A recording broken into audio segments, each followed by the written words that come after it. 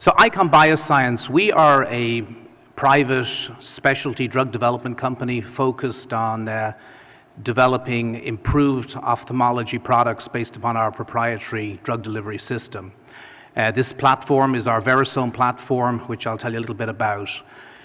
We have a lead product, IBI-190, for the treatment of post-cataract inflammation, which has completed phase 3, and we hope to file an NDA later this year, early next year.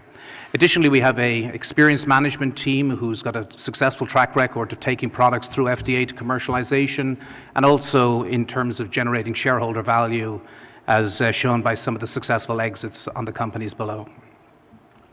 Our Verisome technology, the company was founded by Dr. Vernon Wong, who many of you know. Vernon was the founder of Oculex, which was sold to Allergan. And Vernon recognized that there were definite shortcomings with a number of the drug delivery technologies that existed. So he set about developing this novel liquid technology, which really is very simple and very elegant. So by combining the active drug with our proprietary carriers, you develop this system which allows us to develop and deliver drugs for as short a duration as a week, up to as long as 9 months. It's fully biodegradable, so the carrier actually is eliminated as the drug is released. This is our product pipeline, and I will just really spend most of my time on our lead product, 190. 190 is dexamethasone combined with one of our proprietary carriers. It's a single 5 microliter injection into the anterior chamber. As I mentioned, we finished our pivotal phase 3 trial. In fact, Eric Donenfeld will be presenting the results on Sunday, so I'm not going to steal his thunder, but I will share some of the data with you.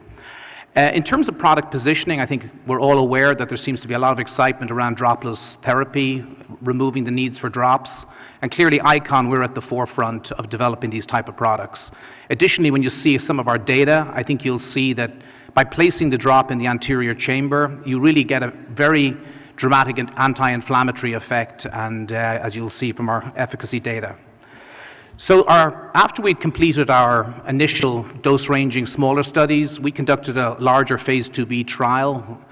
This study was completed in March of 2013. It was 172 patients, and we looked at 3 different doses of our product. Primary outcome measure is what's typically been the gold standard. We looked at the proportion of patients with anterior chamber cell of a grade 0 at day 8, and we also had the usual secondary measures as well.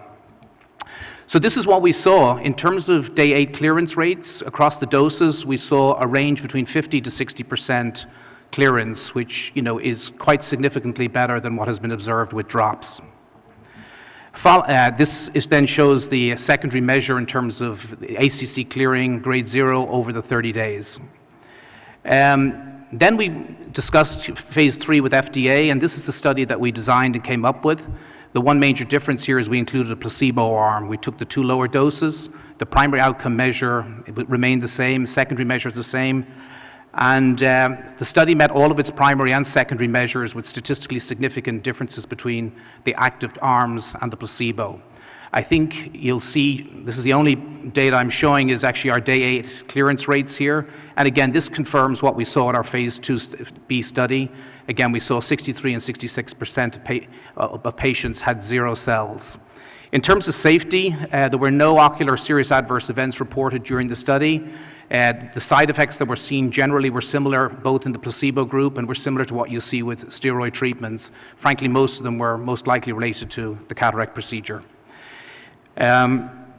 In terms of commercial opportunity, we think given the unprecedented efficacy we've seen here that a premium pricing is possible. So if I can dream a little bit and think about a possible price, if we assume that the product is adopted because of the desire for dropless therapy, we do believe that 190 could be a significant commercial opportunity. Of course, we all have to consider the world of reimbursement where we live. So this will be used in this ambulatory surgery setting, so it will be Medicare Part B. We will be eligible, hopefully we'll get a temporary transition code, a C code, that will allow us to be reimbursed for 2 to 3 years. That will then allow us to negotiate with CMS for hopefully a more permanent J code and payment.